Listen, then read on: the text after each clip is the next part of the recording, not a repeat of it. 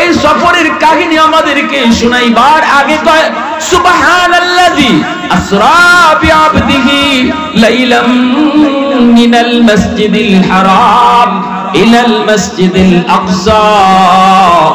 আল্লাহ পাক কয়, এই দুনিয়ার মানুষ, এই মুহূর্তে আমি আল্লাহ তোমাদেরকে আমার বন্ধুর একটা সফর কাহিনী শোনাবো, একটা ভ্রমণ কাহিনী তোমাদেরকে শোনাবো।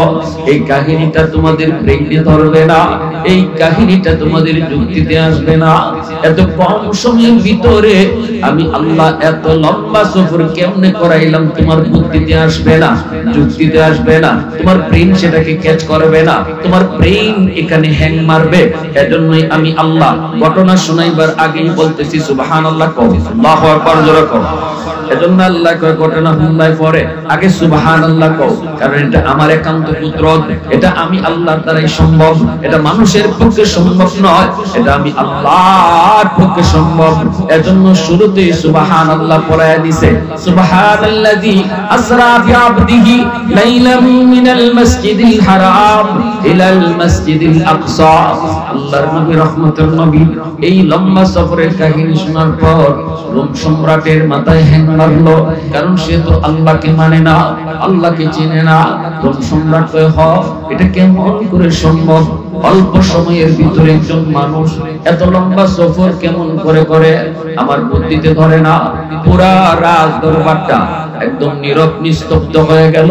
আবু সুফিয়ানের বক্তব্যের পর সবাই নীরব হয়ে গেল, নিস্তব্ধ হয়ে গেল। হঠাৎ করে একজন খ্রিস্টান পাদ্রী দাঁড়ায় গেছে, একজন খ্রিস্টান পাদ্রী দাঁড়ায় কয়, জাহাপনা, আমাকে যদি একটু সময় দেন, আমি আরবি ভাইটারে কয়েকটা প্রশ্ন করব। কয় ঠিক আছে, সময় দিলাম, প্রশ্ন করো। আমি ডাক দিয়া বলবো, ও আমার আরবি ভাই, বাড়ি কোথায়? কয় মক্কায়। মুহাম্মদুর রাসূলুল্লাহকে ভালো করে চিনো? কয় হ্যাঁ। এই যে ঘটনা তুমি শোনাইছো, অল্প সময়ের ভিতরে আল্লাহ পাক বাইতুল্লাহ থেকে মসজিদে আকসায় আল্লাহ সফর করাইছেন, বুরাকের পিঠে সওয়ার করায়া সকল নবীদেরকে আল্লাহ জমা করেছেন, ওখান থেকে আবার নবীকে উর্দু আকাশে ভ্রমণ করাইছেন। এটা কোন রাতের ঘটনা তোমার মনে আসেনি? কোন রাতের ঘটনা তোমার মনে আসেনি? এই কথা বলতে আবু সুফিয়ান কয়, মনে থাকবে না বুঝি? রজব মাসের 26 তারিখ দিবাগত রাত, শবে মেরাজ, ওই রাতের ঘটনা এটা। বলতে এই খ্রিস্টান পাদ্রী ডাক দিয়ে কয়, জাহাপনা, আল্লাহু আকবার, জাহাপনা, যদি এটা রজব মাসের 26 তারিখ দিবাগত রাতের ঘটনা হয়, ওই রাতের জ্বলন্ত সাক্ষী হলাম আমি নিজে। উলফত में तेरी वैसी ने दास्तान को तोड़ा, बो बकर उमर नक्श कदम तेरा न छोड़ा।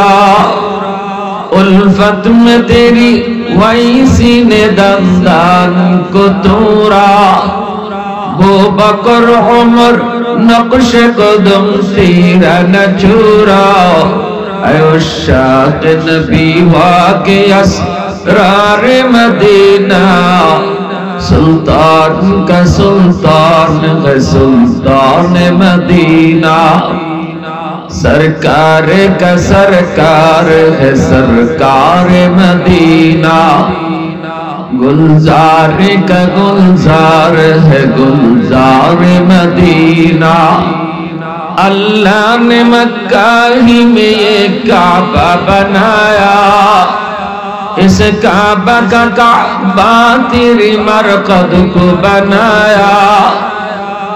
अल्लाह ने मक्का ही में ये काबा बनाया, इस काबा का काबा तेरी मरकद को बनाया।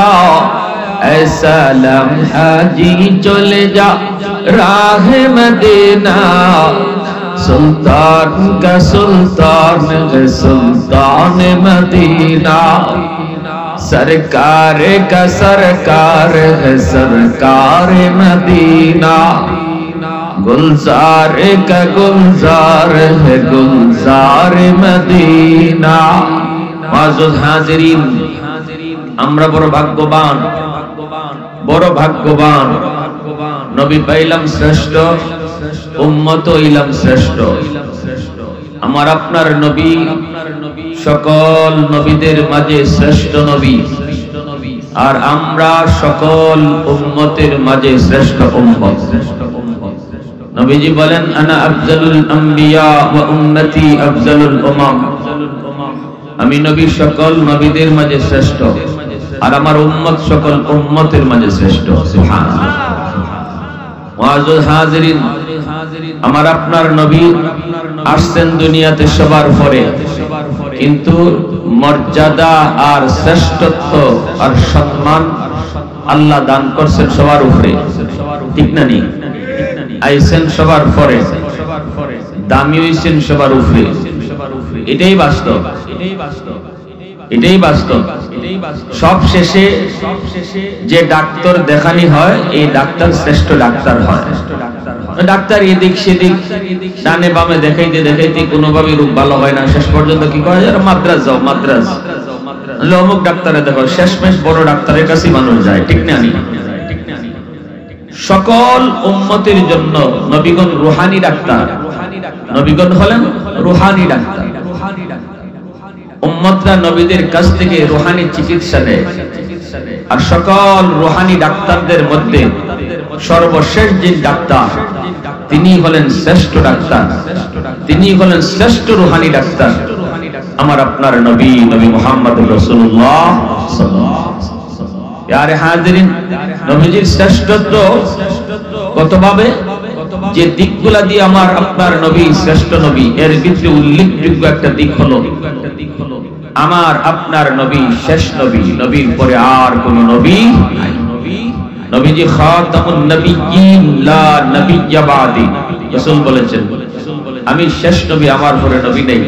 এটা আমার আপনার নবীর মর্যাদার একটা বিশেষ জায়গা। আমার নবীর শান মান, নবীজির মর্যাদার একটা উল্লেখযোগ্য জায়গা হলো রাসূল শেষ নবী, এরপরে কোন নবী নেই। যদি কেউ নবীর শেষ নবী না মানে, তাইলে তারে মুসলমান বলা যাবে?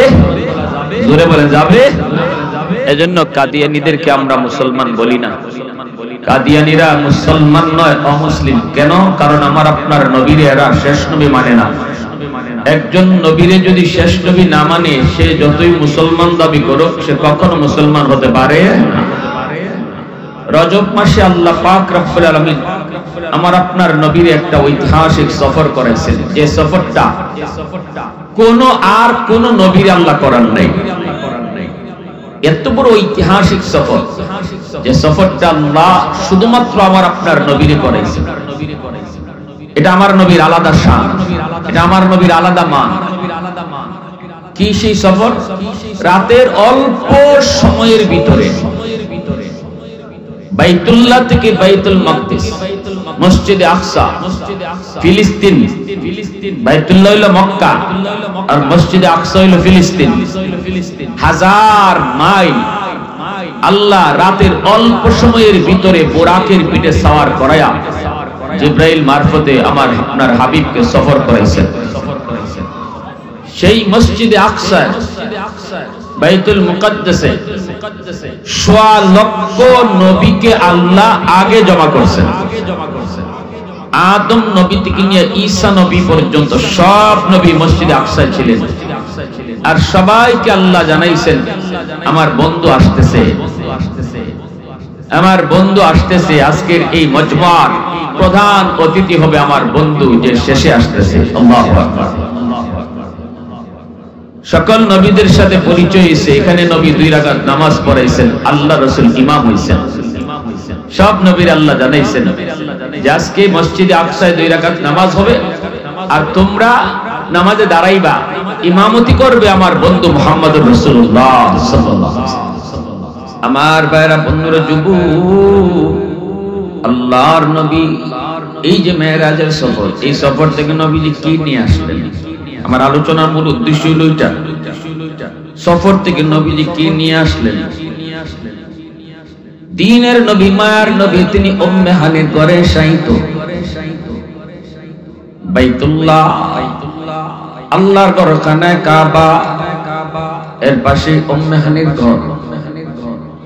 যেই জায়গাটার ভিতরে উম্মে হানির ঘর ছিল, এই জায়গাটা এখনো সৌদি আরবের সরকার হেরাম শরীফের এরিয়ার ভিতরে। আপনারা যারা গেছেন জানি না, হজি গেছেন না এখানে অনেক, উম্মে হানির ঘর যে জায়গা থেকে আল্লাহ রাসূলকে মেরাজ করানো হয়েছে, এই জায়গাটা হেরেমের ভিতরে ঢুকাইছে। কিন্তু ওই জায়গাটার চিহ্ন হিসাবে খাম্বা যে আছে, খাম্বার প্লাস্টার করছে না। সব খাম্বাতে আপনি দেখবেন প্লাস্টার করা, টাইলস করা, কিন্তু এই খাম্বাটারে স্বাভাবিক রাখছে, কোনো কিছু লেখা নাই। সৌদি আরবের উলামায়ে কেরাম ওই বিশেষ বিশেষ জায়গাগুলোর জন্য আলাদা কোনো সাইনবোর্ড লাগায় রাখে না, ভয়, কারণ মানুষ যদি আবার বিদআতে জড়িত হয়ে যায়, আবার যদি অতিভক্তি করতে গিয়ে এখানে আবার অন্য কিছু করে ফেলেন, এজন্য হালকা হালকা কিছু ইশারা রাখছে, যেটা উলামায়ে কেরাম বুঝে। বাংলাদেশ থেকে যত বড় বড় উলামায়ে কেরাম যান, আপনি ওই জায়গাটার মধ্যে গেলে ওনাদেরকে পাইবেন, কারণ উলামায়ে কেরাম হেরেম শরীফের উম্মে হানির ঘরে ওই জায়গায় যেখান থেকে রাসূলের মেরাজ শুরু হয়েছিল, এই জায়গার মধ্যে তারা বসা থাকেন এবং এখান থেকে তারা নামাজ আদায় করেন। ওই জায়গা থেকে জিবরাইল মারফতে আমার রাসূলকে আল্লাহ পাক মেরাজ করাইছে। কোন বৎসর? যে বৎসর নবীজির পেরেশানির বৎসর, আল্লাহ রাসূলের খুব পেরেশান। এই বৎসর নবীজির চাচা আবু তালিব যদিও কালেমা পড়ে মুসলমান হন নাই, কিন্তু নবীর জন্য বহুত বড় সাপোর্ট ছিলেন, তিনি মারা গেছেন। নবীজির কলিজার টুকরা প্রিয়তমা স্ত্রী আম্মাদান খাদিজাতুল কুবরা রাদিয়াল্লাহু তাআলা আনহা, যে নারীর অবদানের কথা মুসলমান মাত্রই কখনো ভুলতে পারবে না। ইসলাম কোনদিন আম্মাদানের অবদান আর কুরবানির কথা ভুলতে পারবে না। এত দূর পর্যন্ত ইসলাম গড়ায় আসার, প্রচার প্রসার হওয়ার পিছনে সবচেয়ে বেশি অবদান যার, তিনি একজন মহিয়সী নারী, আমার আপনার মা, রাসূলের প্রিয়তমা স্ত্রী আম্মাদান খাদিজাতুল কুবরা রাদিয়াল্লাহু তাআলা আনহা। ইসলামের ইতিহাসে সর্বপ্রথম যিনি মুসলমান হওয়ার সৌভাগ্য অর্জন লাভ করেছেন, যিনি সর্বপ্রথম মুসলমান হয়েছেন, তিনি কোনো পুরুষ নন, একজন নারী। তিনি কে? আমার আপনার নবীর প্রিয়তমা স্ত্রী আম্মাদান খাদিজাতুল কুবরা রাদিয়াল্লাহু তাআলা। এই বছর ইনিও ইন্তেকাল করেছেন। নবীজি তায়েফ গেছেন একটু সান্ত্বনার জন্য। তায়েফের মানুষ রাসূলকে নির্যাতন করছে। এই দেখেন কতগুলা ঘটনা এক বছরে ঘটছে। রাসূল পেরেশান। তখনই আল্লাহকে, দোস্ত এই টেনশনের বছর তোমার একটু সান্ত্বনা দেওয়ার জন্য আমি আল্লাহ তোমাকে আমার কাছে নিয়ে আসতেছি। রাসূলকে মেরাজের সফর করাইলেন পেরেশানি দূর করার জন্য। জোরে বলুন সুবহানাল্লাহ। আমার ভাইরা বন্ধুরা, যুবক, জিবরাইল মারফতে নবীকে বুরাকের পিছনে সওয়ার করা। সংক্ষেপে বলবো, উদ্দেশ্য আমার সামনে। আল্লাহর নবী মা রাসূল করিম সাল্লাল্লাহু আলাইহি ওয়াসাল্লাম কি বাইতুল মাকদিস মসজিদে আকসার সামনে নিয়ে হাজির। আদম নবী থেকে নিয়ে সকল নবী এখানে জমা। নবীজির সাথে পরিচয় পর্ব শেষ হলো। আল্লাহর নবীর সাথে পরিচয় পর্ব শেষ হলো। আহলান সাহলা জানায়া সবাই সুস্বাগতম জানাইলেন। এরপরে আল্লাহ পাক বলতেছে, জিবরাইল আযান দাও, আযান। মসজিদে আকসায় নামাজ হবে। জিবরাইল আমিন আযান দেওয়া শুরু করে দিলেন। আল্লাহু আকবার, আল্লাহু আকবার, আশহাদু আল্লা ইলাহা ইল্লাল্লাহ, আশহাদু আন্না বলি জিবরাইল থেমে গেছেন। আল্লাহ পাক জিজ্ঞেস করে, জিবরাইল থামছো কেন? জিবরাইল কোন মালিক, কোন নবীর নাম নিব? আদম নবী থেকে নিয়ে ঈসা নবী পর্যন্ত সকল পয়গম্বর এই জায়গায় তুমি জমা করেছো, কোন নবীর নাম নিব গো মালিক? আদম নবীও তো এই জায়গায়, নূহ নবীও এই জায়গায়, ইব্রাহিম খলিলুল্লাহ এই জায়গায়, তোমার বন্ধু এখানে হাজির। ও মালিক, কোন নবীর নাম নেব? আল্লাহ পাক রব্বুল আলামিন তখন বলতেছে, জিবরাইল কি প্রশ্ন করেছো? সকল নবীরে আমি আল্লাহ জমা করেছি আমার বন্ধুর পিছনে নামাজ পড়ানোর জন্য। আজ বন্ধু হবে ইমাম, সকল নবী হবে মুক্তাদি। আর আজানের ভিতরে কোন নবীর নাম নিবা? এই প্রশ্ন তুমি কেমনে করেছো? দেরি করো না, দেরি করো না, তাড়াতাড়ি করে আমার বন্ধুর নাম ঘোষণা করো। আল্লাহু আকবার, জোরে করো। আজানের ভিতরে আমার আপনার নবীর নাম ঘোষণা হয়ে গেল। আজানের পর্ব শেষ হলো। এইবার আল্লাহ বলতেছে, জিবরাইল সকল নবীদেরকে বলো মসজিদের ভিতরে কাতার বন্দী হওয়ার জন্য। নামাজ 2 রাকাত নামাজ হবে। সামনের কাতারে জলিলুল কদর পয়গম্বর, বড় বড় নবীগণ সামনের কাতারে। নবীজি বলেন আমিও সামনের কাতারে, জিবরাইলও সামনের কাতারে। হঠাৎ করে দেখি জিবরাইল ইকামত দেওয়া শুরু করে দিয়েছেন, অথচ ইমাম কে হবে কেউ জানে না। ইমামের জায়গা এখনো খালি। রাসূল বলেন আমি নিজেও জানি না আজকের এই জামাতের ইমামতি আমাকে করতে হবে। সুবহানাল্লাহ। ইকামতের পর্ব শেষ। আল্লাহ নবী বলেন ভাই জিবরাইল আজানও শেষ, ইকামতও শেষ, ইমাম সাহেব কোথায়? ইমামতি কে করব? জিবরাইল আমার আপনার নবীর হাত মোবারক আস্তে করে ধইরা তিনি মুচকে হাসি দেয়া কই, নবী গো আজকে এত বড় জামাতের ইমামতি আল্লাহ আপনারে দান করেছে। আল্লাহর নবী ইমাম, সকল নবী নবীর পিছনে মুক্তাদি। নবী হলেন মুক্তাদা, সব নবী হলেন মুক্তাদি। নবীজি ইমামতি করলেন। আল্লাহর নবীর পিছনে কারা কারা ছিল?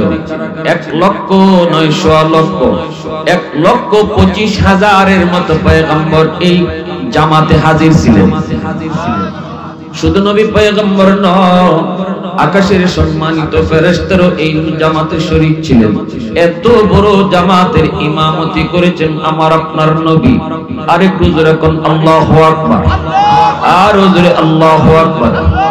এজন্যই কবি সুন্দর করে বলেছে, আই হাবিবে কিবরিয়া তো পর সালাম, আই হামারে দিলরুবা তো পর সালাম, দিল সদা कहता रहा तुम पर सलाम, ऐ इमामुल अंबिया तुम पर सलाम।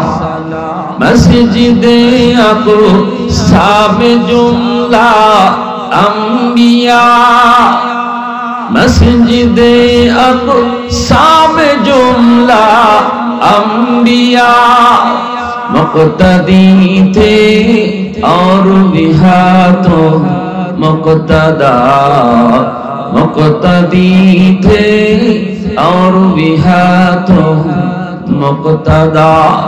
ऐ हबीबे किबरिया तुम पर सलाम, दिल सदा कहता रहा तुम पर सलाम। মুসলমানের আওয়াজে বলি আল্লাহু আকবার। নবীজি রোম সম্রাটের কাছে চিঠি পাঠাইছেন মেরাজের সফরের শেষে। এখানে মাঝখানে কথাটা বইলা যায়। নবীজি রোম সম্রাটের কাছে কালেমার দাওয়াত দিয়ে চিঠি পাঠাইছেন। রোম সম্রাট নবীজির কালেমার দাওয়াত পেয়ে সে মক্কার কোন লোককে তালাশ করতে লাগলো। রোম সম্রাট বলতেছে, দেখো মক্কার কোনো মানুষ পাওয়া যায়নি, আমি মুহাম্মদ সম্পর্কে একটু জানতে চাইবো। কারণ এলাকার মানুষে ভালো করে চিনে, এলাকার মানুষ একে অপরকে ভালো চিনে, ঠিক কিনা জোরে বলেন? তার বংশ কেমন, তার রক্ত কেমন, তার অতীত কেমন, তার বাল্যকাল কেমন, তার শিশুকাল কেমন, এটা এলাকার মানুষে ভালো জানে। এজন্য রোম সম্রাট কয়, মুহাম্মদ নিজের নবী দাবি করেন, আমাকে কালেমার দাওয়াত দিয়ে চিঠি পাঠাইছেন, যে নবী হয় তার সম্পর্কে একটু জানতে হবে, লোকটা সে কেমন। অতএব মক্কার কোন মানুষ আমার রোম রাজ্যের ভিতরে আসেনি, তোমরা বের করো। তালাশ করে করে তারা পেয়ে গেল। নাম হইল আবু সুফিয়ান, কাফেরদের লিডার। মক্কার কাফিরদের লিডার আবু সুফিয়ানকে তারা পেয়ে গেল। আবু সুফিয়ানকে রোম সম্রাটের দরবারে হাজির করা হলো। এইবার আবু সুফিয়ানকে রোম সম্রাট কয়, মিয়া মুহাম্মদকে তুমি চিনোনি? কই চিনি, ভালো করে চিনি। কই মুহাম্মদ তোমার বাড়ি থেকে তার বাড়ি কত দূর? আবু সুফিয়ান কই বেশি দূরে না, খুব কাছে। মুহাম্মদের শিশুকাল থেকে দেখছো? কয় হ, শিশুকাল, বাল্যকাল, যৌবনকাল সব দেখেছি। এবার একটু কৌত দেখি, মুহাম্মদ তো নিজের নবী দাবি করে, আমাকে তিনি কালেমার দাওয়াত দিয়ে চিঠিও পাঠাইছে। এবার আমি তোমার কাছে জানতে চাই মানুষটা কেমন। আবু সুফিয়ান লিডার টেনশনে পড়ে গেল। কি কয় যদি কয় মুহাম্মদ খারাপ, তাহলে জিতা মিশা কথা। এই ধরনের টাটকা মিশা কথা আমি লিডার হইয়া কেমনে কই? ঠিক না? আমারও বিবেকে বাদে। অথবা আমার পরে যদি আর একজন দুইজন মক্কার কোন মানুষকে পায়, তারা তো কইব মুহাম্মদ বালা। কারণ মুহাম্মদ যে বালা, মুহাম্মদ যে ভালো মানুষ, এটা তো আমরাই সার্টিফিকেট দিয়েছি। ঠিক কিনা জোরা কও? আমরাই তো বলেছি মুহাম্মদ আল আমিন, আমরাই তো বলেছি মুহাম্মদ আল আমিন বিশ্বস্ত, আমানতদার। অতএব মুহাম্মদ খারাপ এটা কেমনে কই? যেই মুখে বালা কইছি এই মুখে খারাপ কেমনে কই? ঠিক না? ঠিক না? ওই জমানার কাফের কুফাররাও টাটকা মিশা কথা কইতে ভয় পাইতো। আর আমাদের জমানায় টাটকা মিশা কথা না কইলে পেটের ভাতও জমায় না। খারার উপরে এক জায়গা খারাইয়া 10টা মিশা কথা কইতাম পারি আমরা এই ব্যাপারে চ্যাম্পিয়ন। অথচ মুসলমান, আল্লাহ রাসূল কইছেন মুসলমান যত গুনাহই করতে পারে। সাহাবী একবার জিজ্ঞাসা ইয়া রাসূলুল্লাহ, মুসলমানে জিনা করতে পারেনি? আল্লাহ রাসূল কই ওই তো পারে, শয়তানের ঢুকায়। আরেকবার বলি ইয়া রাসূলুল্লাহ, মুসলমান চুরি করতে পারেনি? রাসূল কই এটাও হইতে পারে। এবং জিগাইতে সাহাবী বলতেছেন ইয়া রাসূলুল্লাহ, মুসলমানে মিছা কথা কইতে পারেনি? আল্লাহ রাসূল বলেন অসম্ভব, মুসলমান মিথ্যা বলতে পারে। চিন্তা করছেন? আল্লাহ রাসূল কইতেছেন মুসলমানের দ্বারা চুরিও হয়ে যেতে পারে, চুরি ডাকাতি। মুসলমানের দ্বারা জিনা ব্যভিচার হয়ে যেতে পারে, শয়তানের ধোঁকায় পড়া হয়ে যেতে পারে, কিন্তু মিথ্যা বলতে পারে? রাসূল বলেন না, মুসলমান মিথ্যা বলতে পারে না। আর আজকে এই মিথ্যা কথা আমাদের জন্য হানিবা। ঠিক না? আহা, যে মানুষটা একদম হাসতে হাসতে মিথ্যা বলতে পারে, তার দ্বারা দুনিয়াতে এমন কোন গুনাহ নাই সে পারত না। যে মিথ্যা কথা সহজে বলতে পারে, তার দ্বারা সব গুনাহ সহজ।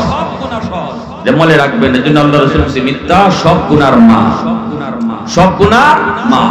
মিথ্যা যে বলতে পারে, তার দ্বারা সব গুনাহ করা সহজ। এজন্য যে মিছা কথা ছাইরে দিতে পারবো, তার দ্বারা সব গুনাহ ছাইরা দেওয়া সহজ। এত বড় বিষয়, এত বড় বিষয়। আবু সুফিয়ান এত বড় লিডার। আবু সুফিয়ান মনে মনে কয়, আমি কেমনে কই মুহাম্মদ খারাপ? এটা তো একদম জিতা মিছা কথা, ডাহা মিছা কথা, টাটকা মিছা কথা হয় না। তাহলে যদি বলি মুহাম্মদ ভালো, তাহলেও তো বেজাল। বাদশাহ কইব ভালো যদি কও, তাহলে মানো না কেন? প্রশ্ন জাগেনি না জাগে না? এবার আবু সুফিয়ান পড়ছেন বড় বিপদে। আবু সুফিয়ান পড়েছেন বড় বিপদে। ইনি একটা ফাঁকি দিয়ে জবাব দিয়ে দিচ্ছে, ফাঁকি দিয়া, মানে এদিকেও না এদিকেও না, ধরতে পাওয়া যায় না। জবাবটা কি? যাবো না, আমি ভালো বলবো না, খারাপও বলবো না। আমি একটা ঘটনা শুনে আপনারে, মুহাম্মদ কি কয় আপনি শুনেন। এই ঘটনা শোনার পর আপনি বলবেন মুহাম্মদ হাসা কয় না মিছা কয়, সত্য কয় না মিথ্যা কয়, মুহাম্মদ ভালো না খারাপ। এটা মুহাম্মদের একটা কথা আমি আপনাকে শোনাবো। এই কথাটা শোনার পর আপনি সিদ্ধান্ত নেবেন। আমি কিছু বলবো না। রোম সম্রাট কয় কি কও? কয় তাহলে শুনেন। মুহাম্মদ কয় রাতের অল্প সময়ের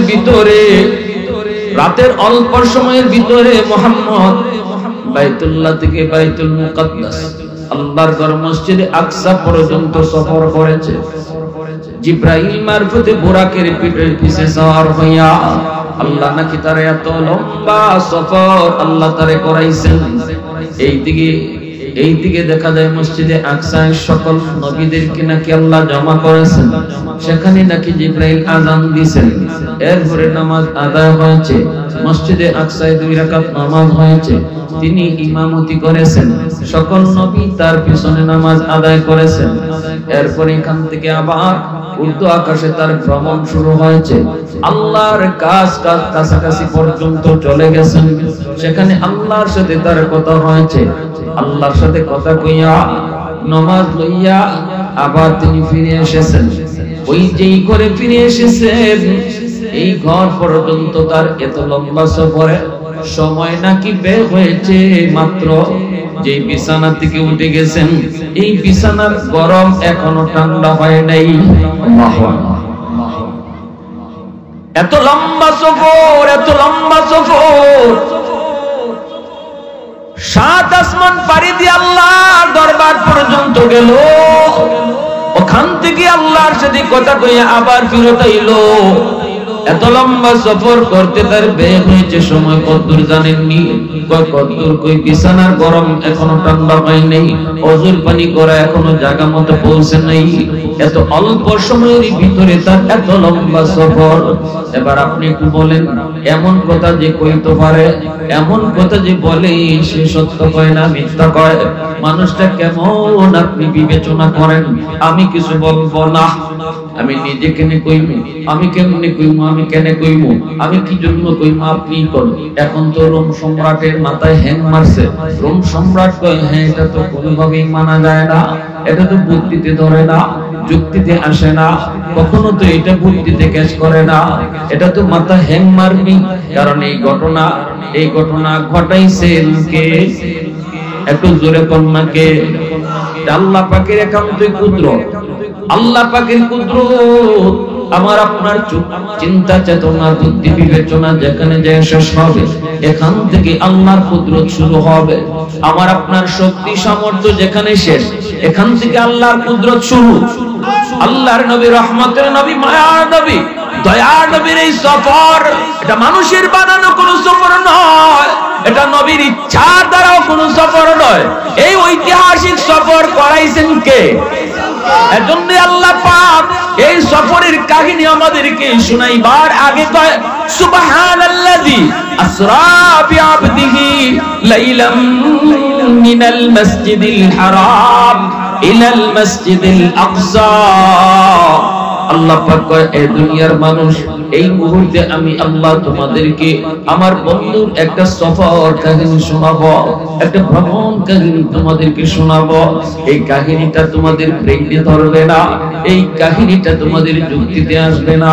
এত কম সময়ের ভিতরে আমি আল্লাহ এত লম্বা সফর কেমনে করাইলাম তোমার বুদ্ধিতে আসবে না, যুক্তিতে আসবে না, তোমার ব্রেইন সেটাকে ক্যাচ করবে না, তোমার ব্রেইন এখানে হ্যাং মারবে। এজন্যই আমি আল্লাহ ঘটনা শোনাইবার আগেই বলতেছি সুবহানাল্লাহ কও, আল্লাহু আকবার জোরে কও। এজন্য আল্লাহ কয় ঘটনা শুনলাই পরে আগে সুবহানাল্লাহ কও, কারণ এটা আমার একান্ত কুদরত, এটা আমি আল্লাহর দ্বারাই সম্ভব, এটা মানুষের পক্ষে সম্ভব নয়, এটা আমি আল্লাহর পক্ষে সম্ভব। এজন্য শুরুতেই সুবহানাল্লাহ পড়ায়া দিয়েছে, সুবহানাল্লাযী আসরা বিআবদিহি লাইলাম মিনাল মাসজিদিল হারাম ইলাল মাসজিদিল আকসা। আল্লাহর নবী, রহমতের নবী, এই লম্বা সফরের কাহিনী শোনার পর রোম সম্রাটের মাথায় হ্যাং মারলো, কারণ সে তো আল্লাহকে মানে না, আল্লাহকে চেনে না। রোম সম্রাট কয়, এটা কেমন করে সম্ভব? অল্প সময়ের ভিতরে একজন মানুষ এত লম্বা সফর কেমন করে করে? আমার বুদ্ধিতে ধরে না। পুরা রাজ দরবারটা একদম নীরব নিস্তব্ধ হয়ে গেল। আবু সুফিয়ানের বক্তব্যের পর সবাই নীরব হয়ে গেল, নিস্তব্ধ হয়ে গেল। হঠাৎ করে একজন খ্রিস্টান পাদ্রী দাঁড়ায় গেছে, একজন খ্রিস্টান পাদ্রী দাঁড়ায় কয়, জাহাপনা, আমাকে যদি একটু সময় দেন, আমি আরবি ভাইটারে কয়েকটা প্রশ্ন করব। কয় ঠিক আছে, সময় দিলাম, প্রশ্ন করো। আমি ডাক দিয়া বলবো, ও আমার আরবি ভাই, বাড়ি কোথায়? কয় মক্কায়। মুহাম্মদুর রাসূলুল্লাহকে ভালো করে চিনো? কয় হ্যাঁ। এই যে ঘটনা তুমি শোনাইছো, অল্প সময়ের ভিতরে আল্লাহ পাক বাইতুল্লাহ থেকে মসজিদে আকসায় আল্লাহ সফর করাইছেন। বুরাকের পিঠে সওয়ার করায়া সকল নবীদেরকে আল্লাহ জমা করেছেন। ওখান থেকে আবার নবীকে উর্দু আকাশে ভ্রমণ করাইছেন। এটা কোন রাতের ঘটনা তোমার মনে আসেনি? কোন রাতের ঘটনা তোমার মনে আসেনি? এই কথা বলতে আবু সুফিয়ান কয়, হ মনে থাকবে না বুঝি? রজব মাসের 26 তারিখ দিবাগত রাত শবে মেরাজ, ওই রাতের ঘটনা এটা। বলতে এই খ্রিস্টান পাদ্রী ডাক দিয়ে কয়, জাহাপনা, আল্লাহু আকবার, জাহাপনা, যদি এটা রজব মাসের 26 তারিখ দিবাগত রাতের ঘটনা হয়, ওই রাতের জ্বলন্ত সাক্ষী হলাম আমি নিজে। আবার পুরা হাউসটা আবার নীরব হয়ে গেল। কেমন করে তুমি সাক্ষী? আমি মসজিদে আকসার খাদেম। ওই রাত, এই রাত রজব মাসের 26 তারিখ দিবাগত রাত মসজিদে আকসার এশার নামাজের পর সব দরজা জানালা আমি বন্ধ করতে পেরেছি, কিন্তু মেইন দরজাটা আমি বন্ধ করতে পারি না। হাজারো চেষ্টা করার পর আমি দরজার লাগাইতে পারি না। এই দরজাটা মনে হয় পাথর চাপা দিয়া কেউ রাখছে। এই দরজাটা এত শক্ত, মানুষজন অনেক ডাকছি, কেউ পারে না, কেউ লাগাইতে পারে না। দরজা এত শক্ত হয়ে আছে। আমি দরজা খোলা রেখে চলে গেলাম। অনেকক্ষণ চেষ্টা করার পর যখন পারি না চলে গেলাম। ফজরের আগে আগে দ্রুত আসলাম। আইসাই দেখি মসজিদের সামনে বালু, এই বালুর উপরে অসংখ্য অগণিত মানুষের পায়ের দাগ দেখা যায়। আমি আশ্চর্য হয়ে গেছি, আজকে রাতে এত মানুষ কারা মসজিদে আকসায় এসেছিল। তাকায় দেখি একটা বড় পাথর, পাথরের মধ্যে একটা রশি লাগানো, রশির মাথাটার মধ্যে দেখতেছি একটা চতুষ্পদ জানোয়ারের পায়ের দাগ। আমি বুঝলাম এখানে কোন চতুষ্পদ জানোয়ার এসেছিল। আবার লক্ষ লক্ষ মানুষের সমাগম ঘটেছিল। দৌড় দিয়ে আমি মসজিদের ভিতরে ঢুকলাম। ওই দরজাটা, এই দরজায় আসার পরে বন্ধ করতে পারি নাই। এই দরজার পাশে গেলাম, যে দরজাটা ধরলাম, ধরতেই দেখি একদম স্বাভাবিক ভাবে এই দরজাটা লেগে গেছে। জাহাপনা,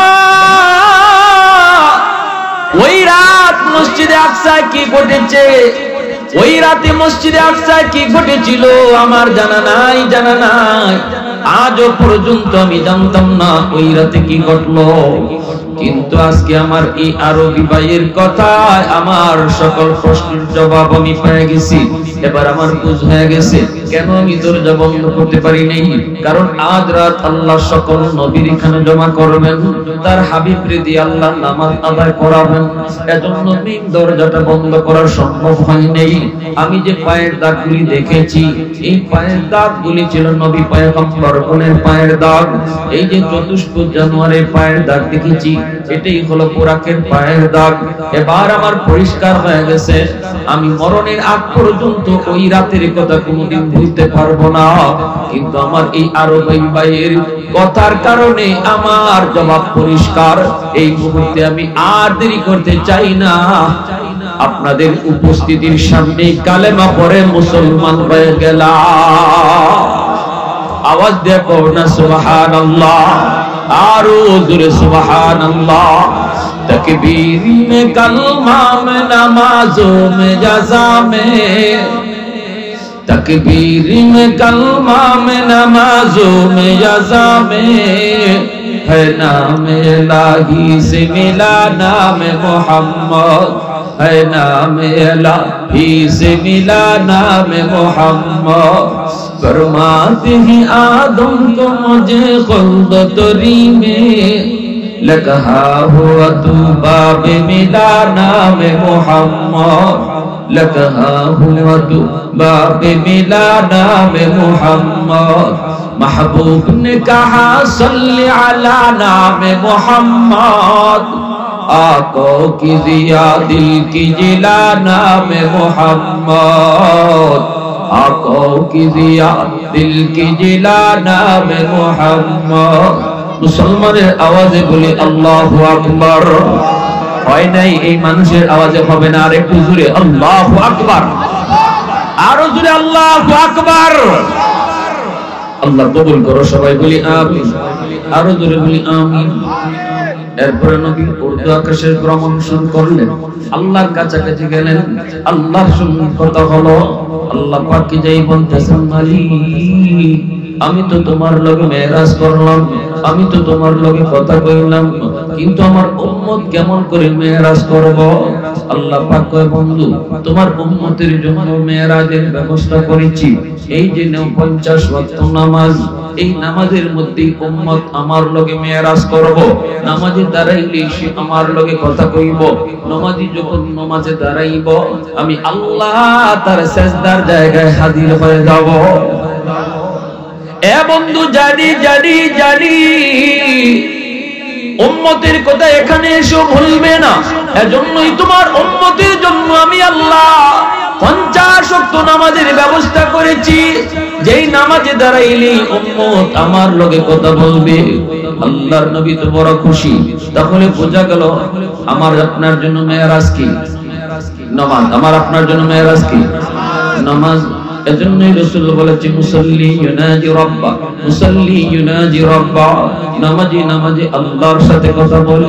কেমনে কথা কয়?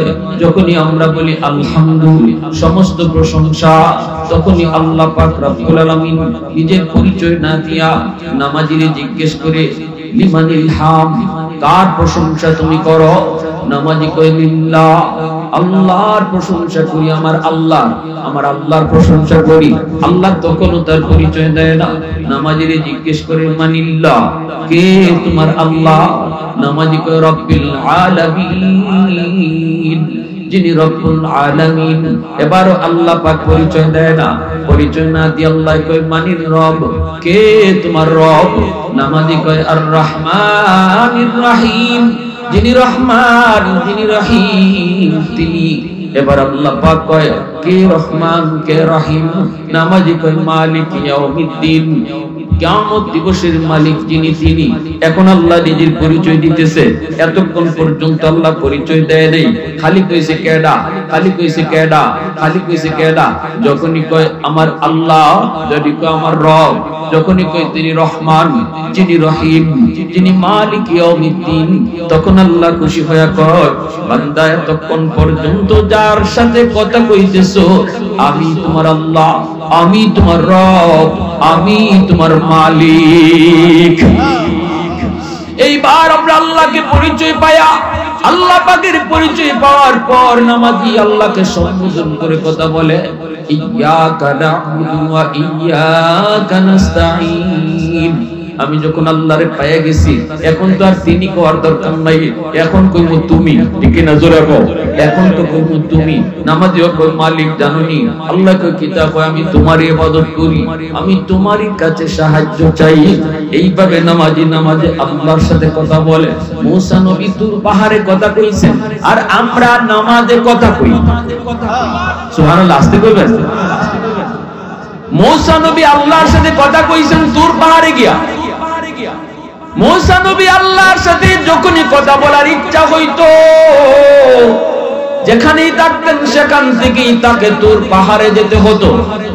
কিন্তু আমার আপনার আল্লাহ পাক কয়, বান্দা তোমরা যখনই আমার সাথে কথা বলার ইচ্ছা হইব, যেখানে তুমি থাকবা ওখানেই যদি তুমি নামাজে দাঁড়াও, আমার কাছে আসতে হবে না। নামাজে দাঁড়াইলে আমি তোমার সিজদার জায়গায় হাজির হয়ে যাব। এজন্যই তো মুসা নবী তুর পাহাড়ে আল্লাহর সাথে যখন কথা বলেন, তখন বলেন, মালিক তুকাল্লিমু মাই হাল তুকাল্লিমু আহাদান গায়রি। আল্লাহ, আমি ছাড়া আর কারোর সাথে তুমি কথা বলবা নাকি? মুসা নবী, আল্লাহ আমার সাথে যেভাবে কথা কও, এইভাবে আর তুমি কারোর লগে কথা বলবাইনি। আল্লাহ পাক রব্বুল আলামিন কয়, মুসা তোমার মাঝে আমার মাঝে পর্দা আছে, বাইনি ওয়া বাইনাকা হিজাব, তোমার মাঝে আমার মাঝে পর্দা আছে। কিন্তু সাইয়্যিদি উম্মাতুন, অদূর ভবিষ্যতে জমিনে একদল উম্মত আসবে মুসা, যাদের লগে আমি আল্লাহ কথা বলবো, লাইসা বাইনি ওয়া বাইনাহুম হিজাব, তাদের মাঝে আমার মাঝে কোনো পর্দা থাকবে না। মুসা নবী কয়, মালিক এরা কোন উম্মত? আল্লাহ কয় উম্মতে মুহাম্মদ এর আমার বন্ধু মুহাম্মদুর রাসূলুল্লাহর উম্মত। মুসা নবী কয় মালিক এরা কোন পাহাড়ে গিয়া কথা কইব? আমি তো তোর পাহাড়ে এসে কথা বলি, আমি তো যেখান থেকে সেখান থেকে কথা বলতে পারি না, কথা বলতে হলে আমাকে তোর পাহাড়ে আসতে হয়, কিন্তু এই উম্মত কোন পাহাড়ে গিয়া কথা কইব? আল্লাহ কয় না না, এরা পাহাড় পর্বতে আসতে হবে না, যখনই নামাজে দাঁড়াইব তখনই আমার সাথে কথা কইব। এজন্যই 50 ওয়াক্ত নামাজ লইয়া নবীজি যখন চলে আসলেন তখন আল্লাহ পাকের মন মানে না। এর যুবক, এবার শুনেছে আশিক মাসুকের খেলা, এবার শুনো মহব্বত কারে কয়, এবার শুনো আল্লাহর সাথে নবীর প্রেম আর ভালোবাসা কারে কয়। বন্ধুর লগে আল্লাহ এতক্ষণ কথা কইলো, বন্ধুরে দেখলো, বন্ধুর সাথে কথা কইলো, কিন্তু বন্ধু যখন চলে আসবে নামাজ লইয়া তখন তো আল্লাহর মন মানে না, বন্ধুরে বিদায় দিতে মন চায় না, আরো কিছু সময় দেখতে মন চায়, আরো কিছু সময় দোস্তর সাথে কথা বলতে মন চায়। নবী যখন চলে আসতেছেন তখনই আল্লাহ পাক মুসা নবীরে মেসেজ দেয়, এ মুসা আমার বন্ধু তোমার পার্টিতে যাইব, আমি আল্লাহর মন ভরছে না, আমি আরো কিছু সময় কথা কইব, দোস্তরে তুমি বুঝায় শুনায় ফেরত পাঠায় দিও। মুসা নবী কই মালিক, ও মালিক ঠিক আছে, তুমি যেভাবে বলছো সেভাবেই হবে। আল্লাহর নবীর মুসা নবী ডাক দিয়ে কয়, নবী গো এত খুশি কেন? উম্মতের মেরাজের ব্যবস্থা হয়েছে। কত? কই 50 ওয়াক্ত। মুসা নবী কই না গো নবী, 50 ওয়াক্ত বেশি হয়ে গেছে, আপনি কমায় আনেন। নবীজি কয় হ বেশি তো মনে হইতেছে। নবী আবার আসলেন, আল্লাহ পাক কুদরতি মুস্কি হাসি দিয়ে কয়, বন্ধু কেন আইছো? নবী কয় মালিক বেশি হয়ে গেছে, কমায় দাও, উম্মতে 50 ওয়াক্ত কষ্টই দিব। আল্লাহ পাক তখন হাসি দিয়ে কয়, নেও 5 ওয়াক্ত কমায় দিলাম। 50 থেকে 5 কমাইলে কত থাকে? 45 ওয়াক্ত নামাজ নিয়ে নবী যখন চলে আসবেন তখন আল্লাহ পাক কয়, মুসা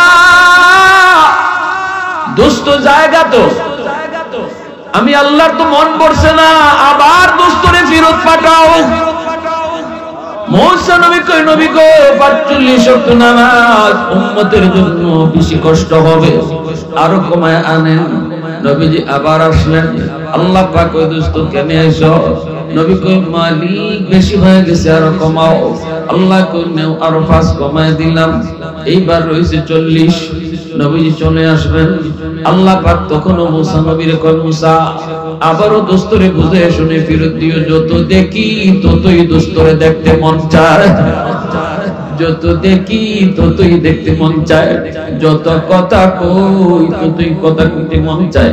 মনের মানুষ যতক্ষণ কাছে থাকে ততক্ষণই ভালো লাগে, ঠিক কিনা জোরে বল? মনের মানুষের সাথে যতই কথা বলে ততই কথা বলতে মন চায়। এইভাবে আল্লাহ পাক আমার আপনার নবীর 9 বার নিলেন, আল্লাহ 9 বারে প্রতিবার 5 করে কমাইয়া 45 কমলো, রইছে 5। প্রশ্ন হলো আল্লাহ 9 বারে কেন 45 ওয়াক্ত কমাইলেন? একবারেই তো 45 ওয়াক্ত আল্লাহ কমাইতে পারতেন। একটাই কারণ যুবক, একটাই কারণ তোমার আমার নবীর প্রতি আল্লাহ পাকের ভালোবাসা। আল্লাহু আকবার। বন্ধুরে যত দেখি ততই দেখতে মন চায়, নামাজ কমানির উসিলায় আল্লাহ বারবার নিবেন আর বারবার দোস্তর লগে কথা বলবে।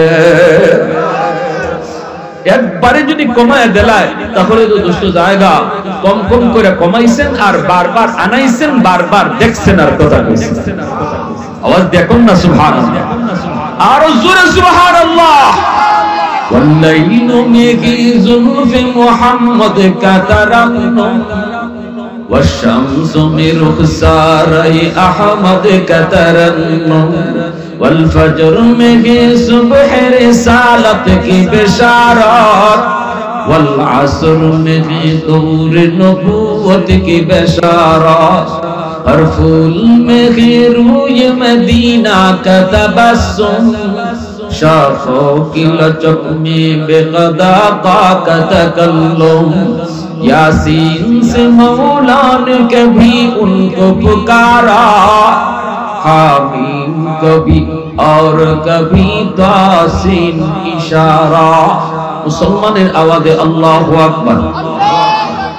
তাহলে পাঁচ ওয়াক্ত নামাজ লইয়া নবীজি যখন চলে আসতেছেন তখন আল্লাহ পাক মুসা নবীরে কই, মুসা আবারও যদি পারো দুস্তরে তুমি বুঝায়া শুনে ফিরত দিও। নবী যখন মুসা নবীর কাছ দিয়ে যাবেন, মুসা নবী তখনও ডাক দিয়ে কই, নবী গো, পাঁচ ওয়াক্ত উম্মতের জন্য কষ্ট হবে, কারণ আমার উম্মত দুই ওয়াক্ত নামাজই ঠিকমতো পারে নাই। আপনার উম্মত আখির জামানার উম্মত, পাঁচ ওয়াক্ত তাদের জন্য কষ্ট হবে, আরো কমায় আনেন।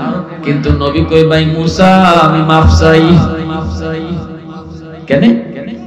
কই যতবার গেছি ততবারই মালিক পাঁচ পাঁচ করে কমাইছে, এখন রইছে মাত্র পাঁচ। এই পাঁচ লয়ে যদি যাই আর আল্লাহ যদি আগের মতোই পাঁচ করে কমায় দেয় তাহলে তো কিছুই থাকে না। আমি পাঁচ নিয়ে চলে যাব, এর উপরে সবর। মুসা নবী কয়, নবী গো যান, আমি নিজের থেকে কই নাই, উপর থেকে মেসেজ আইছে।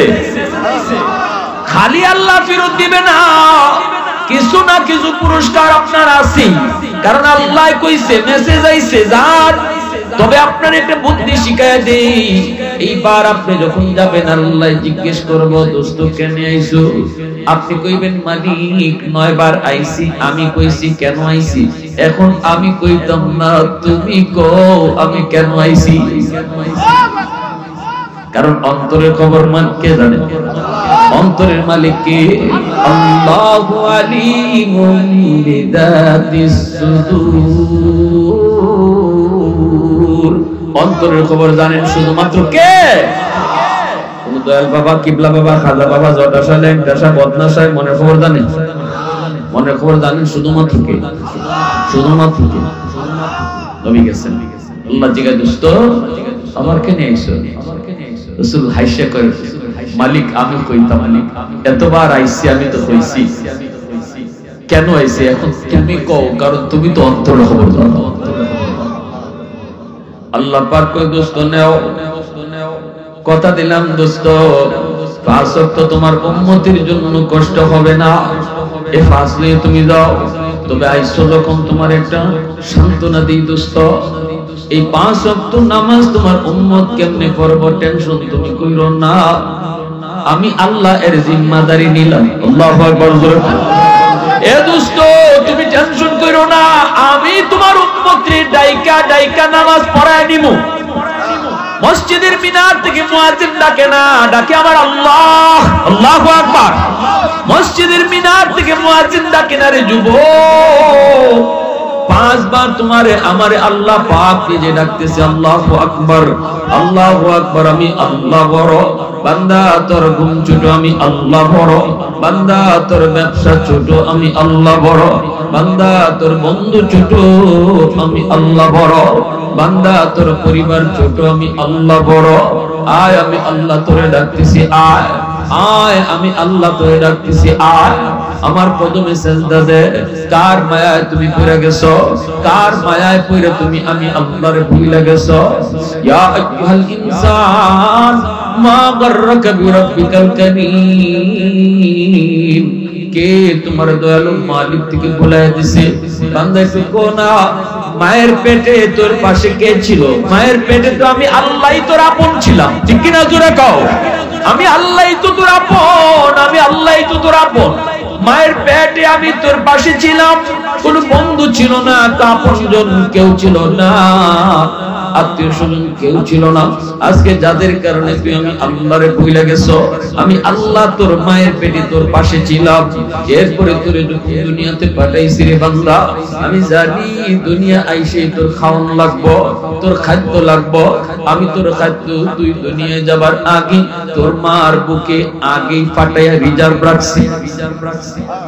এই দুধ তুই বেশি গরমও পারবি না, বেশি ঠান্ডাও পারবি না। যতটুকু তুই ঠান্ডা যতটুকু গরম পারবি এতটুকু গরম আর এতটুকু ঠান্ডাই তোর জন্য আমি রাখছি। তোর মুখে দাঁত ছিল না, আমি সময় মতো দাঁত দিয়েছি। এই দাঁতে শক্তি ছিল না, সময় মতো আমি আল্লাহ তোর শক্তি দিয়েছি। হাত ছিল, তোর ধরার ক্ষমতা ছিল না, সময় মতো আমি তোর হাতে শক্তি দিয়েছি। পা ছিল, হাঁটবার ক্ষমতা ছিল না, সময় মতো এই পায়ে আমি আল্লাহ শক্তি দিয়েছি। এবার তুই ক, আল্লাহ কইতেছে তুই ক আমি তোরে কোন জিনিসটা সময় মতো দেই নাই? ক একটু ক আমি তোরে কোন জিনিসটা সময় মতো দেই নাই? যেটা যেই সময়ে দেওয়া দরকার আমি ওই সময় তোরে দিছি। আল্লাহু আকবার। আমি তো সেই মালিক, আমি তো সেই মালিক, আমি তো সেই রব যিনি তোরে সময় মতো সব দিয়েছি। আজকে ওই মালিক তোরে ডাকতেছে, আয় আয় আয় আয় বান্দা মসজিদে আয়। আমি আল্লাহ তোরে ডাকতেছি, তোর ব্যবসাটা রাখ। ব্যবসা বড় না, আমি আল্লাহ বড়। ঘুম বড় না, আমি আল্লাহ বড়। বন্ধু বড় না, আমি আল্লাহ বড়। আয় আমার কদমে তুই সেজদা দে। 5 বার যদি তোমার উম্মত সেজদা দিলাইতে পারে, দিনও 5 বার যদি আমি আল্লাহর সাক্ষী দিলাই, আমি আল্লাহ তারে 50 ওয়াক্তের সওয়াব দান করব। আল্লাহ পাক কই দোস্ত, ইউসুফ নবীর পক্ষে সাক্ষী দিছিল একবার, একটা দুধের বাচ্চা, ঠিক না? একটা দুধের বাচ্চা সাক্ষী দিছিল। জুলেখা ইউসুফ নবীর 7টা গেটের ভিতরে ঢুকাইছে, প্রতিটা গেটের মধ্যে মোটা মোটা তালা মারছে। ইউসুফ নবীর ঢুকায়া কই, ইউসুফ হাই তালা মনের ইচ্ছা পূরণ করো। ইউসুফ নবী কই, ইন্নী মাআল্লাহ, আমি আবার আল্লাহর আশ্রয় চাই। দৌড় দিলেন, দরজা পর্যন্ত গেলেন, অটো আল্লাহর পক্ষ থেকে তালা খুলে গেল। ইউসুফ নবী দরজা পর্যন্ত যায়, তালা খুলে দেখে ওয়াল্লাযীনা জাহাদু ফীনা লানাহদিয়ান্নাহুম সুবুলানা। আল্লাহ কই, গুনাহ থেকে বাঁচার জন্য তুমি চেষ্টা করো, যেখানে গিয়া তুমি আটকে যাবা ওখানে আমি আল্লাহ রাস্তা খুলে দিব। যেখানে তুমি আটকিবা ওখান থেকে আমি রাস্তা খুলে দিব। নিয়ত করো আল্লাহকে পাওয়ার জন্য, নিয়ত করো তুমি আল্লাহর হুকুম মানবা, পাক্কা ইরাদা করো। যেখানে তুমি পারবাই না ওখানে আল্লাহ আসান করে দিব। সামনে আসতেছে রমজান মাস, নিয়ত করো, পাক্কা ইরাদা করো, রমজানের 30টা রোজায় রাখবো। আমার শক্তি থাকুক আর না থাকুক, অসুস্থতা থাকুক আর না থাকুক, গ্যাস্ট্রিক হোক আর আমার আলসার হোক, আমার ডায়াবেটিস হোক আর যাই হোক, 30টা রোজা রাখার নিয়ত করেছি মালিক। পাক্কা ইরাদা কইরা তুমি নিয়ত কইরা রোজা রাখা শুরু করো। আল্লাহ কই, বান্দা তুই যখনই পাক্কা ইরাদা করবি আমার হুকুম মানার জন্য, তখন এই হুকুম মানাটা আমি তোর জন্য আসান করে দিব। 7টা দরজা পার হলেন, জুলেখার স্বামী সামনে হাজির। ইউসুফ নবীও বিপদ, জুলেখাও বিপদ। ইউসুফ নবী তিনি তো নিরপরাধ, কিন্তু জুলেখা স্বামীর কাছে ভালো থাকবার লাগি, নিজে পবিত্র হইবার লাগি দেখছো ইউসুফ দোষী আমি নির্দোষ। ইউসুফের উদ্দেশ্য ভালো ছিল না। ইউসুফ আলাইহিস সালাম বলতেছে আপনার বউ মিথ্যা বলতেছে, আমি নির্দোষ, ও দোষী। এখন একজনে আরেকজনের দোষ দিতেছে। জুলেখার স্বামী কার কথাকে সত্য মনে করবে? পড়ছে বিপদে, সাক্ষী তো নাই। ওই অবস্থায় একটা দুধের বাচ্চা মার কোলে থেকে কথা কইছে। পৃথিবীতে 4টা দুধের বাচ্চা কথা কইছে মার কোলে থেকে। 3টা দুধের বাচ্চার কাহিনী আল্লাহ কোরআনে বলছে, আর একটা দুধের বাচ্চার ঘটনা রাসূল তার হাদিসে বলছে। এই 4টা দুধের বাচ্চা মার কোলে থেকে কথা বলছে। এর মধ্যে একজন হযরতে ঈসা আলাইহিস সালাম মরিয়ম আলাইহিস সালামের কোলে থেকে মার কোলে থেকে কইছেন, ইন্নী আব্দুল্লাহ আতানিয়াল কিতাব ওয়া আলানি নাবিয়্যা। আরেকটা দুধের বাচ্চার কথা আল্লাহ পবিত্র কোরআনে সূরাতুল বুরুজের মধ্যে আল্লাহ বলছে, ওই জালেম বাদশা মার কোল থেকে দুধের বাচ্চাটারে আগুনে ফেলাই দিছিল। কেন মায় মানে কালেমা গ্রহণ করলো, কেন মায় ওই বাদশারে সেজদা দেয় না? এজন্য মা চোখের সামনে দুধের বাচ্চাটারে আগুনে ফেলাইছে। ওই অবস্থায় দুধের বাচ্চাটার জবান আল্লাহ খুলে দিছিল। দুধের বাচ্চাটা আগুনে থেকে একটা ভাষণ দিছিল, মা তুমি যদি দেখতেছো এটা আগুন, মাগো আমি আগুনে ফেলে দেখি এটা আগুন না, আল্লাহ এই আগুন দিয়ে ইব্রাহিমের ফুলের বাগান বানাই দিয়েছে। ওই গেল দ্বিতীয় দুধের বাচ্চা। আরেকটা দুধের বাচ্চার কাহিনী হলো, ইউসুফ আলাইহিস সালামের পক্ষে দুধের বাচ্চাটা সাক্ষী দিছে, বলতেছে জাহাপনা কে দোষী আর কে নির্দোষ আমি আপনার একটা পথ বলে দেই, এই পথে আগাইলে আপনি বুঝবেন কেডা দোষী আর কেডা নির্দোষ। বাদশা তো এমনি অবাক, প্রথম তো জুলেখার জামাই এমনি অবাক, দুধের বাচ্চা কথা কয় কেমনে, তাও কথা কইতেছে কি দেখেন কত সুন্দর কইরা। আপনি দেখেন ইউসুফের জামা সামনে সিরা না পিছে সিরা, সামনে সিরা থাকলে ইউসুফ দোষী, পিছনে সিরা থাকলে জুলেখা দোষী, কারণ ইউসুফ বাঁচতে চাইছে আর জুলেখা পিছন থেকে টান দিছে, এজন্য পিছনে জামা সিরা। দেখেন আপনি কোন দিক দিয়ে সিরা, সামনে না পিছে। জুলেখার জামি তালাশ করে দেখে পিছনের দিকে জামা সিরা। তাহলে দোষী জুলেখা, নির্দোষ ইউসুফ, ঠিক না? ইউসুফ আলাইহিস সালাম নির্দোষ প্রমাণিত হলেন। এরপরও জুলেখা ওনারে জেলে পাঠাইছে, জেল থেকে মুক্ত হইলেন। বাদশা ওনাকে কি খাদ্যমন্ত্রী বানাইছে, দেশে দুর্ভিক্ষ হইছে, তখন উনি খাদ্যমন্ত্রী, জনগণকে খাবার দিতেছেন, 5 কেজি করে আটা দিতেছেন, সবাইরে দিতেছেন। এই অবস্থায় দেখা গেল একটা যুবক আসছে, আয়েশা বলতেছে, হুজুর আমারে 5 কেজি দিলে আমি নিমু না, আমাকে 10 কেজি আটা দিতে হবে। ইউসুফ আলাইহিস সালাম বলেন, সবাইকে 10 কেজি দিলে উপায় কি, তোমারে 5 কেজি তো দিতে হইব, সবার সমান নাও। কয় না, বেশি কথা কইলে 15 কেজি দিতে হবে। ইউসুফ আলাইহিস সালাম তো অবাক, আরে ভাই এটা কি বলো? কয় না, যদি আরো কথা কম তাহলে 20 কেজি দিতে হবে। ইউসুফ আলাইহিস সালাম বলতেছে, তুমি কে? কয় আমার পরিচয় যদি আপনি পান তাহলে 10 কেজি আর 15 কেজি আর 20 কেজি না, পুরা বাইতুল মাল, পুরা গুদাম আপনি আমারে দিয়ে দেন। ইউসুফ আলাইহিস সালাম বলেন, কে তুমি? কয় হুজুর মনে পড়েনি, জুলেখার ষড়যন্ত্র থেকে আপনারে বাঁচাইছিল একটা দুধের বাচ্চায় সাক্ষী দিয়া, ওই দুধের বাচ্চার কথাটা আপনার মনে পড়েনি? ইউসুফ আলাইহিস সালাম কয়, হ্যাঁ মনে পড়ছে, ওই দিনের দুধের বাচ্চাই হলাম, আজকে আমি যুবক। ইউসুফ পয়গম্বর টান দিয়া বুকের মধ্যে জড়ায়া কপালে চুমু খায়, চোখ থেকে দর দর করে পানি পড়ে, আর বলতেছে, বাইরে আমি তো তোরে কত খুঁজতেছি রে ভাই, আয় আমার বুকে আয়, ওই দিনে তোর সাক্ষীর দ্বারা আল্লাহ আমার ইজ্জত রাখছে, আল্লাহু আকবার জোরে বল, আয় আমার বুকে আয়, যা আমি তোরে গুদাম খুলে দিলাম, এই গুদামে তুমি যা চাও সব নিয়ে যাও, বাইতুল মাল তোমার জন্য ওপেন করে দিলাম।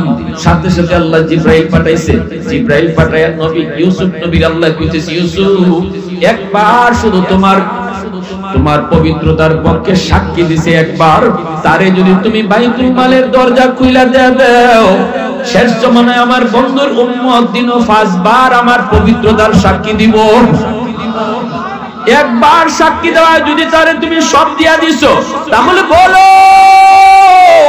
শেষ জমানায় যারা 5 বার নামাজ পড়া আমি আল্লাহর পবিত্রতার সাক্ষী দিব, তাদের জন্য আমি জান্নাতে কত দরজা খোলা রাখছি।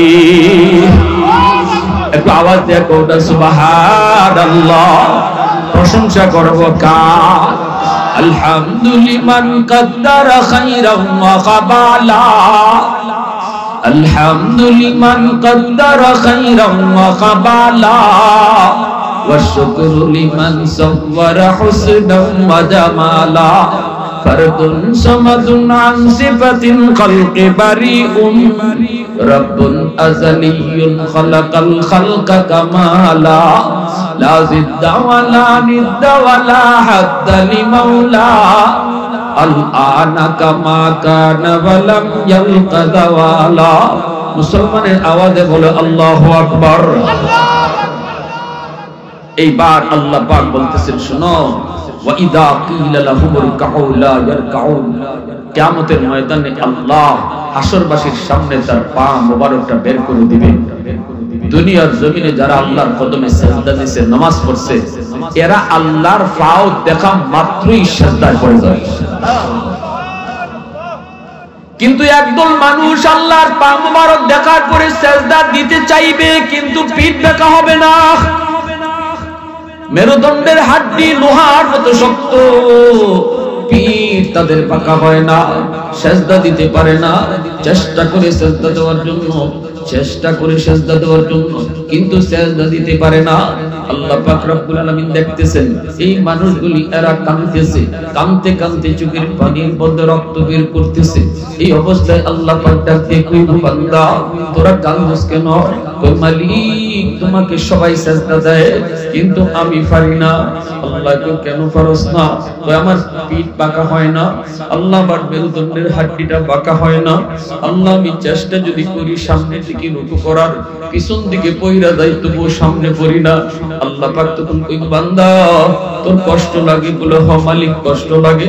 আল্লাহ কই এখন কষ্ট পায় লাভ নাই, দুনিয়ার জমিনে আমি আল্লাহ তোরে যখন মসজিদের মিনার থেকে ডাকছিলাম, আমি তখন জোরে 3-5 বার ডাকছি বান্দা আয় আয়। ঘুম বড় না আমি আল্লাহ বড়, আয় তোর দোকানদারি বড় না আমি আল্লাহ বড়, আয় তোর দুনিয়াদারি বড় না আমি আল্লাহ বড়। সেদিন তুই আমার ডাক শোনার পরও যখন মসজিদে আসতি না, ওই দিন তোর আচরণ দেখতেও আমি আল্লাহ বড় কষ্ট পাইছি। কারণ বান্দা জানোস নি আমি আল্লাহ তোরে কত আদর করে বানাইছি। আমার সমস্ত মাখলুকের ভিতরে তুই হলে বড় মায়া। আসমান আল্লাহ বানাইছেন কুন ফায়াকুন বইলা, জমিন আল্লাহ বানাইছেন কুন ফায়াকুন বইলা, ফেরেশতা আল্লাহ বানাইছেন কুন ফায়াকুন বইলা। কিন্তু আমারে আপনারে আল্লাহ পাক, আমারে আপনারে আল্লাহ পাক কুন ফায়াকুন বলে বানায় না।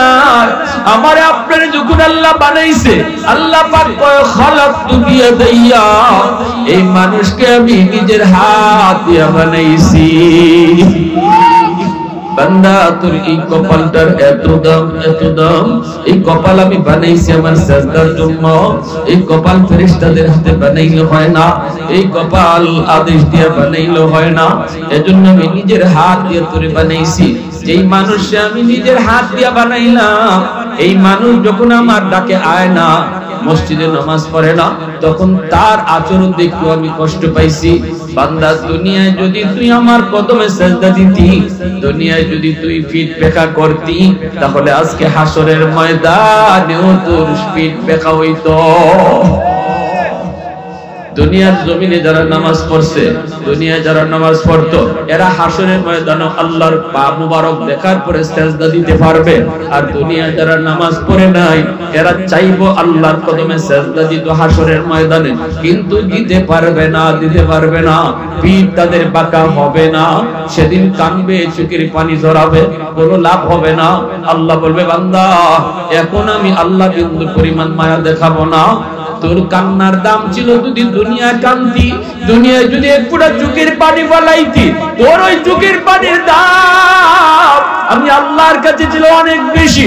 ওই চোখের পানির ফোঁটা দেখা মাত্রই আমার রহমতের সাগরে জোশ মেরে উঠে। আজকে হাসরের ময়দানে তোর চোখের পানির বদলে রক্ত বের হয়, কিন্তু আমার কোনো লাভ নাই, আমার বিন্দু পরিমাণ মায়া লাগে না, দয়া লাগে না। তখন আল্লাহ কইব খুদুহু ফাগুল্লুহু সুম্মাল জাহিমা সাল্লুহু সুম্মা ফি সিলসিলাতিন যারউহা ৭০ যিরাআন ফাসলুকু। আল্লাহ ফেরেশতাদেরকে কইবে এরে ধরো, এরে ধরো। এ চোখের পানির বদলে রক্ত ধরাইতেছে কাইদা, আমি আল্লাহর দয়া লাগে না, এরে ধরো। এরে কতবার ডাকছি ফজরের সময়, সকালে নাস্তা করতে হইছে, নামাজ না পড়া ফেরেশতার আল্লাহ নাস্তা দিবনি। আমি আল্লাহ কইছি ফেরেশতারা নাস্তা বন্ধ করো না, জোহরের রক্ত সামনে আছে, আমার বান্দা জোহরের নামাজটা পড়িলেই করে। জোহরের নামাজটা পড়ছে না, দুপুরের খানা ফেরেশতারা দিব কিনা আমি আল্লাহরে জিজ্ঞাসি, আল্লাহ এরে দিতাম নি দুপুরের খানা, এত জোহরের নামাজ পড়ছে না। আল্লাহ কয় সাবধান, আমার বান্দার রিজিক বন্ধ করো না, সামনে আসরের রক্ত আছে, আসরের নামাজে নামাজ পড়িলি। আসর যায়, মাগরিব যায়, এশা যায়, আমি আল্লাহ তোরে ডাইকা ডাইকা ডাইকা ডাইকা আমি পর্যন্ত আমি নিরাশ হয়ে গেছি বান্দা। আর আজকে হাসরের ময়দানে তুই আমারে সিজদা দিতে পারো না, এজন্য চোখের পানি ঝরে কান্দো। এই কান্নার কোনো দাম নাই। ধরো আরে ৭০ গজ জিনজির দিয়া বাঁধো, জাহান্নামে নিক্ষেপ করো। ৫ ওয়াক্ত নামাজ আমরা এখন থেকে আর কোনোদিন কাজা করব না।